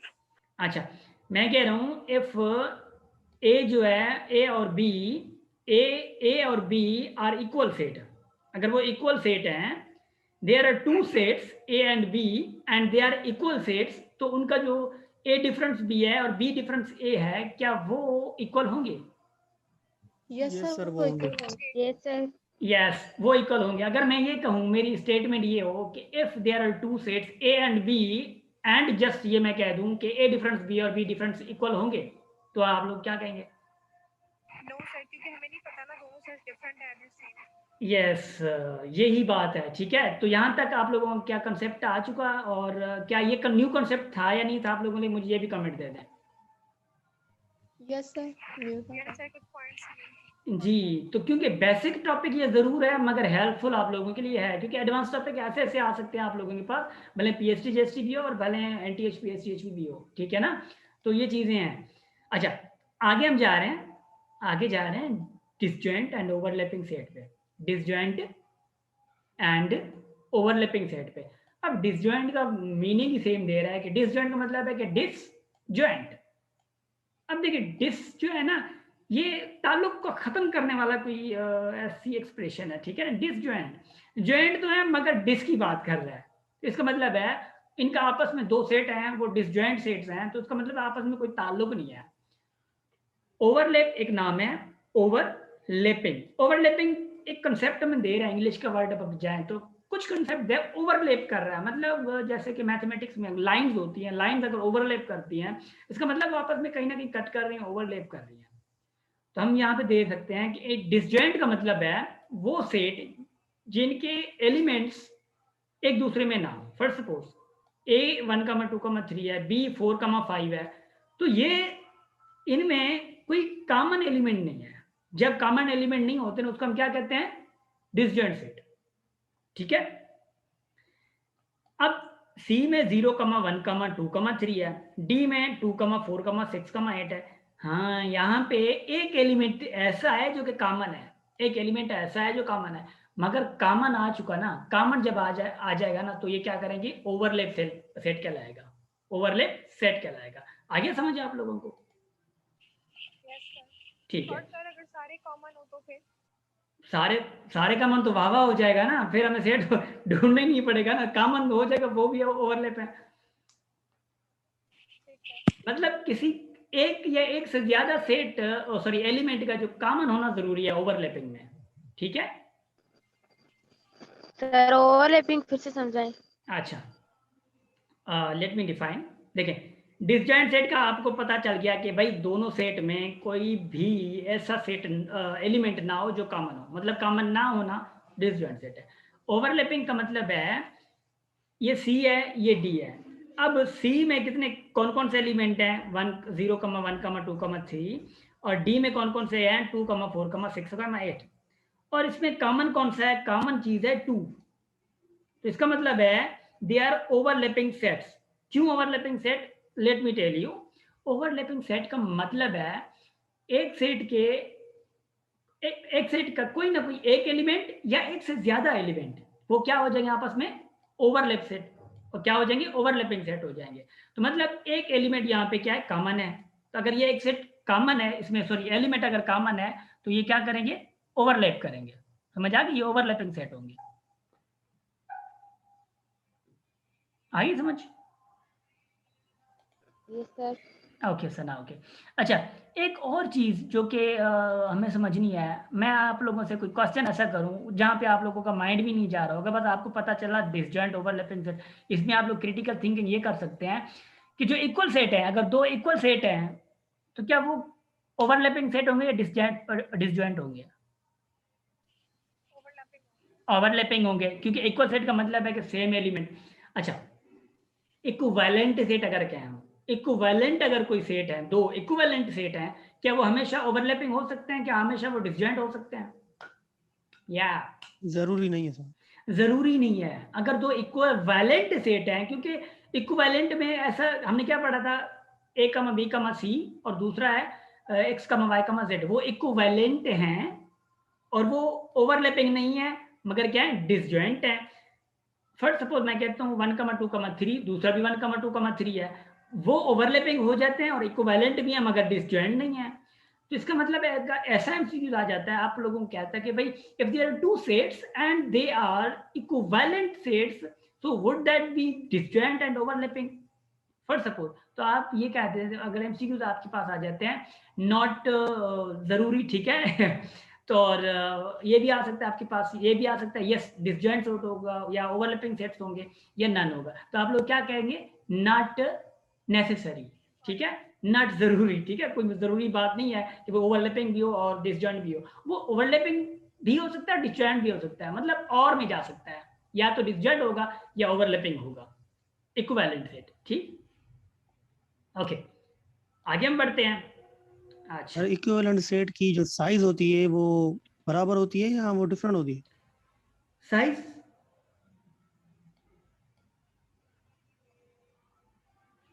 सॉरी अदा, साइज मैं समझा नहीं, कैसे साइज? एलिमेंट्स कह रहे हैं सर। सवाल था कि अगर इक्विवेलेंट सेट हैं तो उनकी साइज सेम होगी या डिफरेंट? अच्छा, फर्स्ट तो ये देखिए साइज आप किसको क्या रहे हैं, साइज का मतलब क्या है, साइज अच्छा, एक साइज ये हो सकती है, फर्स्ट सपोज मैं साइज कह मतलब जी, एलिमेंट्स। एलिमेंट सेम, अगर एलिमेंट सेम है तो वो इक्विवेलेंट तो होगा ना। अब एलिमेंट अगर सेम है तो इसका मतलब है नंबर ऑफ एलिमेंट सेम है, इक्विवेलेंट के लिए चाहिए कि नंबर ऑफ एलिमेंट सेम होने चाहिए। अब देखें फर्स्ट सपोज ए में कितने नंबर, 4 हैं, यहाँ पे कितने नंबर है, 4 है, तो they are equivalent of each other but not equal. अगर फर्स्ट सपोज 1 3 5 6 दूसरा सेट ऐसा होता है जैसे ये लिखा हुआ है, जैसे ये जितने एलिमेंट्स इतने यहाँ पे और जैसे एलिमेंट है 1 3 5 6 है, दूसरा भी ऐसा होता तो वो भी इक्विवेलेंट कहा जाता, ठीक है, क्योंकि नंबर ऑफ एलिमेंट सेम है। अरे आपने शायद लेट ज्वाइन किया है, ये डिफाइन कर दिया था आपने, ठीक, ओके ओके सर। ठीक है, वो रिकॉर्डेड लेक्चर सुन लीजिएगा। अच्छा, हम आगे बढ़ते हैं। अब आ जाता है universal and complement of sets. What is universal set, what is universal set. Universal set की हम डेफिनेशन पढ़ते हैं तो वो कहता है कि consist of all members of set under consideration. अगर आप जस्ट यूनिवर्सल सेट की, जहाँ पे अगर आप टीचिंग भी कर रहे हैं या कंसेप्ट भी समझ रहे हैं, अगर आप कहते हैं consist of all the members of sets, जो भी सेट है सारे मेंबर्स अगर आ जाते हैं तो उसको हम यूनिवर्सल सेट कहते हैं। ये आप लोगों का कंसेप्ट गलत हो जाएगा। अंडर कंसीडरेशन, अगर ए बी सी कोई भी सेट है, वो अगर कंसीडरेशन में है ए बी सी में, क्योंकि ए बी सी जो सेट होते हैं तो उसमें कोई ना कोई एलिमेंट आ जाते हैं, वो जो कंसीडरेशन में एक एलिमेंट्स हैं उसको हम कहते हैं, वो सारों का जो यूनियन होती है उसको हम क्या कहते हैं, यूनिवर्सल सेट कहते हैं। समझा कि यूनियन में हमने पढ़ा था ना, ऊपर देखें हमने यहाँ पे यूनियन में पढ़ा था एक, अगर आप जो एक मिनट यूनियन ये पढ़ा था हमने, यूनियन ऑफ टू सेट्स पढ़ा था। अब यूनियन ऑफ टू सेट देखें, ए में कितने हैं, देखें ए जो है आप लोगों ने ज्वाइन कर लेना है, ठीक है, 9 मिनट पढ़े हैं इस सेशन को। ए में कितने हैं, यहाँ पे ये हैं और बी में ये है। अब ये अंडर कंसीडरेशन है, कितने इसमें 1 2 3 है, बी में 3 4 5, ये अंडर कंसीडरेशन है। अब अंडर कंसीडरेशन ये हो गया और इनकी यूनियन जो है, जितने ये हैं और ये हैं, इनको मिला के जब हम बात करते हैं तो ये चीज क्या बन जाती है, मेरा यूनिवर्सल सेट बन जाता है। समझ आ गया?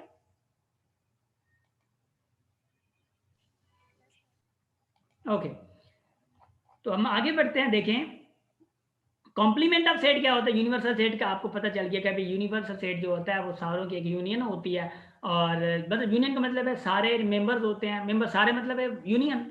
तो अंडर कंसीडरेशन जो होते हैं उनके मतलब सारों का एक मेलाप जो है, जिसको क्या यूनियन जो है, एलिमेंट कोई भी हो फिर भी यूनिवर्सल होगा, यूनिवर्सल होगा कोई भी हो। मतलब फर्स्ट सपोज ए में 1,2 है, 3 है, और बी में 1, B, C है, तो उनका जब हम यूनियन करेंगे तो क्या आएगा, A, B, C, 1, 2, 3, ये यूनियन आ जाएगा। तो वो सारे जो एक यूनियन है, ठीक है, उनकी, तो उसको हम क्या कहते हैं, यूनिवर्सल सेट कहते हैं। ठीक, अच्छा, कॉम्प्लीमेंट ऑफ सेट्स। जी आप क्लियर हो गया? आपका नाम यहाँ पे नहीं आ रहा है, दानियाल जी सरल। ओके, क्लियर होना जरूरी है।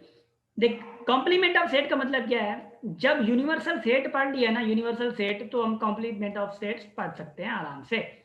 फर्स्ट सपोज ए मैंने यहाँ पे दिया है, ए कॉम्प्लीमेंट ऑफ सेट के लिए ए दिया है 1, 2, 3, 4, 5, और यू मैंने दिया है 1, 2, 3 अप टू सो ऑन। इसका मतलब ये क्या होता है, नेचुरल नंबर, नेचुरल नंबर है ना ये, हाँ ठीक है। अब मैं कह रहा हूं ए का कॉम्प्लीमेंट क्या होगा, ए का कॉम्प्लीमेंट क्या होगा। ए का कॉम्प्लीमेंट का मतलब है, एक कॉम्प्लीमेंट का मतलब है यूनिवर्सल सेट। तो यूनिवर्सल को हम ऐसे डिफाइन करते हैं, ठीक है, यूनिवर्सल सेट से ए कट कर देना। जिस चीज का कॉम्प्लीमेंट मैंने करना है ना, जिस चीज का कॉम्प्लीमेंट मैंने करना है, वही सेट, जिस सेट का कॉम्प्लीमेंट करना है वही सेट यूनिवर्सल से मैंने डिफरेंस कर देना है, मतलब कट कर देना। डिफरेंस भी पढ़ा है हमने। अब यूनिवर्सल सेट से मैंने ए डिफरेंस करना है, मतलब जो ए है, क्योंकि मैंने ए, ये देखें, ए कॉम्प्लीमेंट निकालना है, तो ए जो है वो मैं यूनिवर्सल सेट से डिफरेंस कर दूंगा, कट कर दूंगा।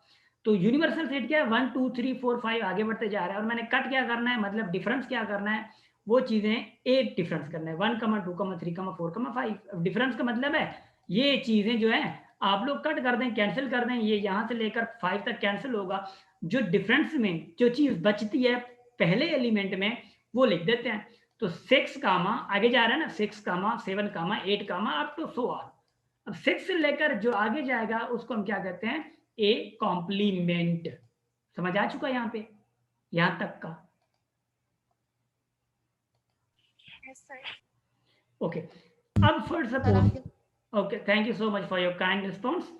अब जो है फॉर सपोज मैं मेरे माउस का माशाल्लाह, मेरे माउस ने मुझे ना जलील किया हुआ है।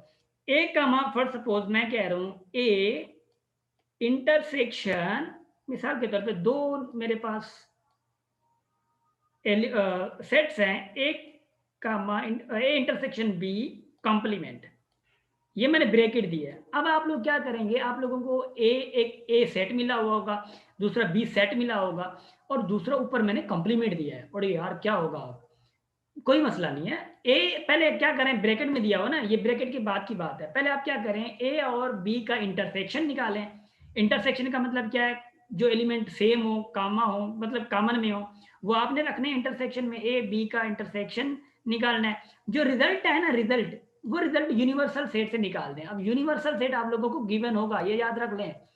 यहाँ पे तो है ए और बी भी गिवन है आपको, मगर क्वेश्चन में यूनिवर्सल सेट गिवन होता है। अगर नहीं भी होता तो आप लोगों ने, फॉर सपोज मैं आपको यूनिवर्सल नहीं देता, आप लोगों को मैं पूछता हूँ कि ए और बी का सेट के एलिमेंट दे देता हूँ, यहाँ पे अंडरस्टूड बात है, ए और बी के जो यूनियन बनेगी, ए और बी की यूनियन बनेगी, वो यूनिवर्सल होगा। अगर यूनिवर्सल नहीं दिया हुआ तो क्या करेंगे, इनका जो ए इंटरसेक्शन बी का जो रिजल्ट है, वो रिजल्ट आप यूनिवर्सल सेट से डिफरेंस कर देंगे, सब्ट्रैक्ट कर देंगे, तो आप लोगों का ये रिजल्ट मिल जाएगा, ए इंटरसेक्शन बी कॉम्प्लीमेंट। इसके इंटरसेक्शन का जो रिजल्ट है ना, वो आप लोगों ने कॉम्प्लीमेंट कर रहा है। ठीक है, यहां तक समझ आ गया? ठीक है। फर्स्ट सपोज मैं कहता हूं A intersection B, A intersection B, A intersection B, यहां पे मिसाल के तौर पे मैं यूनियन करता हूं सी कॉम्प्लीमेंट, मैं यूनियन करता हूं सी कॉम्प्लीमेंट। तो आप लोग क्या करेंगे, ए इंटरसेक्शन बी का रिजल्ट निकाल के सी कॉम्प्लीमेंट का रिजल्ट निकाल के उसको यूनियन कर देंगे। पहले सी कॉम्प्लीमेंट करेंगे, मतलब सी जो है वो कट करेंगे किससे, यूनिवर्सल सेट से। जो रिजल्ट आएगा उसी रिजल्ट को आप लोग यूनियन करेंगे किसके साथ, ए इंटरसेक्शन बी, जो इंटरसेक्शन बी का रिजल्ट आएगा उससे यूनियन करेंगे। ए इंटरसेक्शन का बी, ए इंटरसेक्शन बी का रिजल्ट और सी कॉम्प्लीमेंट का रिजल्ट आपस में क्या होंगे, उनका जो मतलब उनकी क्या होगी, यूनियन होगी। समझ आ गया? ऐसे क्वेश्चन बहुत है, मैं आप लोगों को दे रहा हूं, डोंट वरी अबाउट दैट। ठीक है, प्रैक्टिस था। अच्छा, पॉइंट्स टू बी रिमेंबर्ड, ये आप लोगों ने पॉइंट देख लेने, मैं अभी आप लोगों को सेंड कर रहा हूँ ये फाइल। ठीक है, टाइम भी बहुत कम जा रहा है, बचा है, तो ये मैं आप ये पॉइंट्स टू बी रिमेंबर्ड, आप हमने ये जो लेक्चर कंप्लीट किया आज का, उसमें से कुछ पॉइंट्स हैं जो कि आप लोगों ने याद रखने हैं। ये देखें पॉइंट्स, ये भी पॉइंट है, ये भी एक पॉइंट है, ये भी पॉइंट है, ये कॉन्सेप्ट्स हैं, ये आप लोगों ने बहुत ज्यादा अच्छे और खासे तरीके से याद रखने हैं। ये सिंबल में याद रखनी है आप लोगों ने, मैं पढ़ रहा हूँ यहाँ पे सिंबल, क्योंकि आप लोगों को हो सकता है इसका कॉन्सेप्ट ना हो। सिंबल देखें, इसको हम कहते हैं बिलोंग टू। फर्स्ट सपोज ए में, ए सेट में क्या है, 1, 2, 3 है, तो 1 बिलोंग्स टू ए, मतलब 1 जो है वो ए सेट से क्या करता है, बिलोंग करता है। अब इसका मतलब है does not belong to. First suppose a set में कोई ए 1 जो है वो बिलोंग नहीं करता, ए सेट में है ही नहीं, मैं ए सेट कर देता हूँ 2, 3, 4, और मैं कह देता हूँ कि 1 जो है वो डज नॉट बिलोंग्स टू ए है, ऐसे तक कर दूंगा। ठीक है, ओके। इसका मतलब क्या है, नल सेट 5 जिसको हम कहते हैं, मैंने कहा है, और इसको भी हम नल सेट कहते हैं। ठीक है, इसको हम इक्वल सेट कहते हैं, इसको हम कहते हैं नॉट इक्वल सेट, इसको हम क्या कहते हैं, इक्विवेलेंट सेट, इसको हम क्या कहते हैं, सबसेट कहते हैं, इसको हम क्या कहते हैं, प्रॉपर सबसेट कहते हैं। प्रॉपर सबसेट का जो उनकी जो सिंबल है वो ऐसे है, सुपर सेट की जो है वो क्या है, ऐसे सिंबल है। ये क्या हमारे पास सच दैट है, ये लेस देन और इक्वल टू है, ये क्या लेस देन, ये ग्रेटर देन और इक्वल टू है, ये क्या लेस देन और इक्वल टू है, ये क्या हमारे पास एंड है, ये क्या है और है। फर्स्ट सपोज मैं क्या देता हूँ, x इज, मैं क्या कहूँ, 2 इज ग्रेटर देन 1, इसको मैं ग्रेटर देन ऐसे कहूंगा, जिसकी तरफ मुंह है ना, ये मुंह है, वो ग्रेटर होता है। मैं 2 ग्रेटर देन इक्वल 1 कह देता हूँ। फर्स्ट सपोज मैं कहूँ अगर 2 is greater than or equal to 1 तो भी सही है, अगर मैं 2 दे देता हूँ तो भी सही है। यहाँ पे 2 is equal to or greater than, या ग्रेटर है 2 से, तो इक्वल है, कंडीशन आ रही है, तो इस हवाले से आप लोग देख सकते हैं। तो 1 इज लेस देन 2, ये भी दे सकता हूँ, कोई मसला नहीं है। ये और में है, ये क्या है, ये एंड में है। इसकी इस सिंबल का क्या मतलब होता है, एंड होता है, और इस सिंबल का क्या मतलब होता है, और होता है, और या, ठीक है ना, या इसका मतलब है। ओके, ये सिंबल आप लोगों ने बहुत अच्छे तरीके से याद रखनी है। मीटिंग भी जा रही है, 1 मिनट जस्ट पड़ा हुआ है। ये आप लोगों की असाइनमेंट है, मैं आप लोगों को भेज रहा हूँ ग्रुप्स में, असाइनमेंट करके आप लोगों ने ईमेल कर देनी है, मुझे याद रखना है। ठीक है, ये आप लोगों की असाइनमेंट है, इसमें ये क्वेश्चन है, ये क्वेश्चन सेकंड नंबर ये क्वेश्चन है, और नंबर 3 ये क्वेश्चन है, और उसके बाद ये चीजें आप लोगों के लिए वर्कशीट है जो कि आप लोगों ने वर्कशीट करनी है। ठीक है, वर्कशीट का मतलब है आप लोग अपनी मर्जी से, अगर आप लोगों को कुछ चाहिए प्रैक्टिस, तो आप लोग ये प्रैक्टिस कर सकते हैं। ये रिव्यू एक्सरसाइजेज हैं, सब्जेक्ट मैथमेटिक्स आपको पता है, क्लास 6 और 7th की रिव्यू एक्सरसाइज में से मैंने ये पिक्चर ली है, आपके पास बुक भी है तो आप लोग देख सकते हैं। ये बहुत इंपॉर्टेंट क्वेश्चन है आप लोगों की प्रैक्टिस के लिए। तो मीटिंग का टाइम जा रहा है और गुड बाय मैं अभी भी कह देता हूँ, ये आप लोगों में सेंड कर दे रहा हूँ, ठीक है।